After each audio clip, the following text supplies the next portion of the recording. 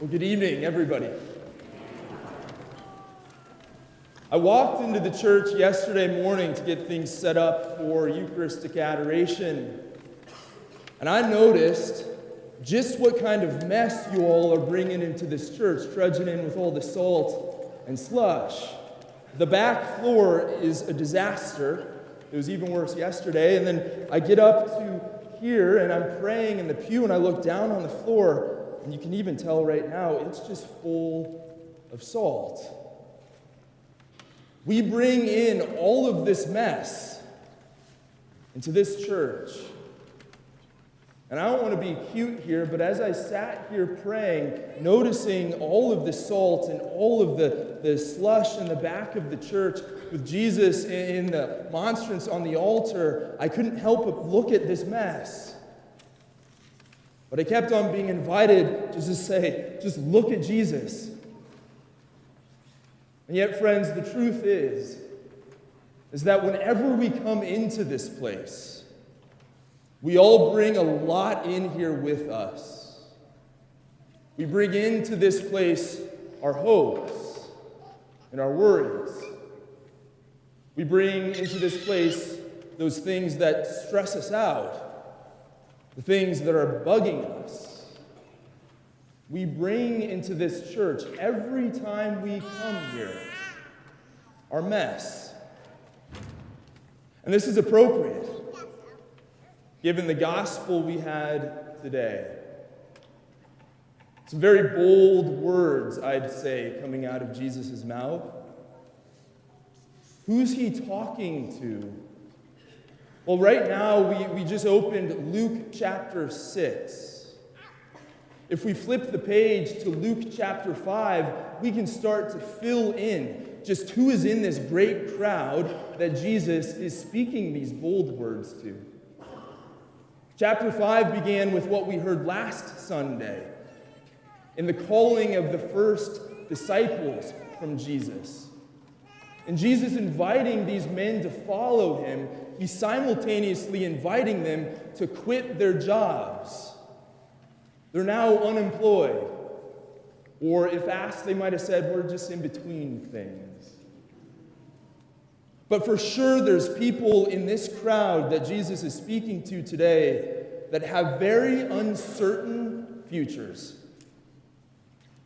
From there, Jesus goes and he heals a man full of leprosy, a disease at the time that was more crippling socially than it was even physically. And so there are those in this crowd who know what it feels like to be on the outskirts of society, to be on the outside looking in, those who know what it feels like to be all alone. From there, Jesus goes and he heals a paralytic man who's carried to Jesus by his friends. And so there are those in this crowd today that Jesus is speaking to who know what it's like to feel sad and sorrow and helpless on their own. And then Jesus goes and he calls this man named Matthew, who's a tax collector. And Matthew's in this crowd today, but at this point he's probably feeling pretty poor. Because to follow Jesus, he had to leave his money, this thing that had been a source of comfort and security for him for so long, behind. And now he doesn't have it anymore.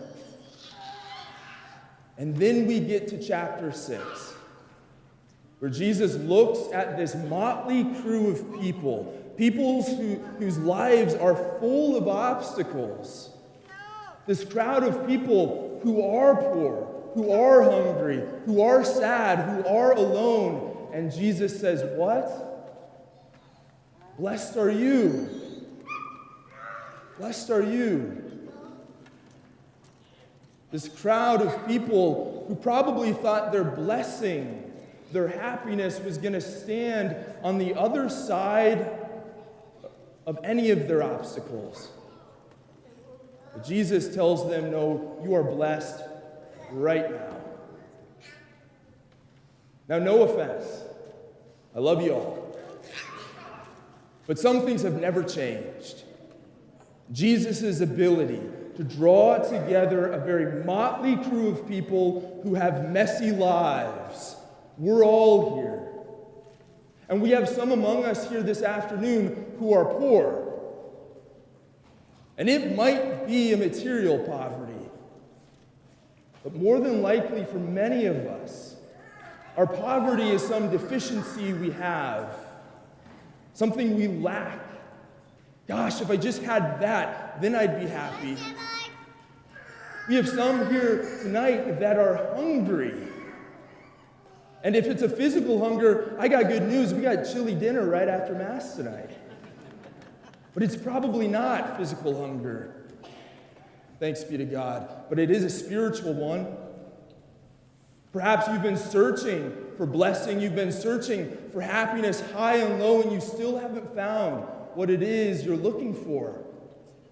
You're hungry. And there's certainly some among us tonight who are sad. Maybe you wept just last night. A recent diagnosis. The loss of a loved one. A relationship that ended. Unsure about what comes next. And then we have those with us tonight who might feel lonely. Will I ever find someone to love? Friends, who is Jesus speaking to tonight? These very bold words. Blessed are the poor and the hungry. Blessed are the lonely and blessed are the hated. He's speaking them to you. Blessed are you, Jesus says, even amidst the mess. Do you feel blessed? If you could find yourself in any one of those categories I just listed. I mean, what's our gut reaction when we come up against these obstacles we face, these things we think we need to avoid in order to feel blessed, to be happy? What's our reaction? I gotta avoid this at all costs. We give ourselves some rules to live by. Do not be poor. Do not ever feel hungry. Do not ever feel hated or feel lonely or feel sad. And so what do to try and avoid these obstacles? Well, if I'm afraid of feeling poor, I pursue material wealth at all costs. I fill my life up with stuff because I don't want to feel my lack. If I feel hungry spiritually, what do? I just keep searching and filling my life with this next thing. Oh, that will make me happy. But it doesn't. And if I'm so afraid of being sad that I need to avoid it at all costs, what do? I start to find ways to self-medicate, or I start to just ignore my feelings. Or if I'm afraid of being lonely and hated, what do?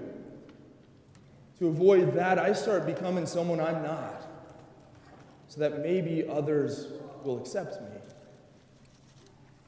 We seek at all costs to avoid the things we don't want. But does it ever work? What does Jesus invite us to do?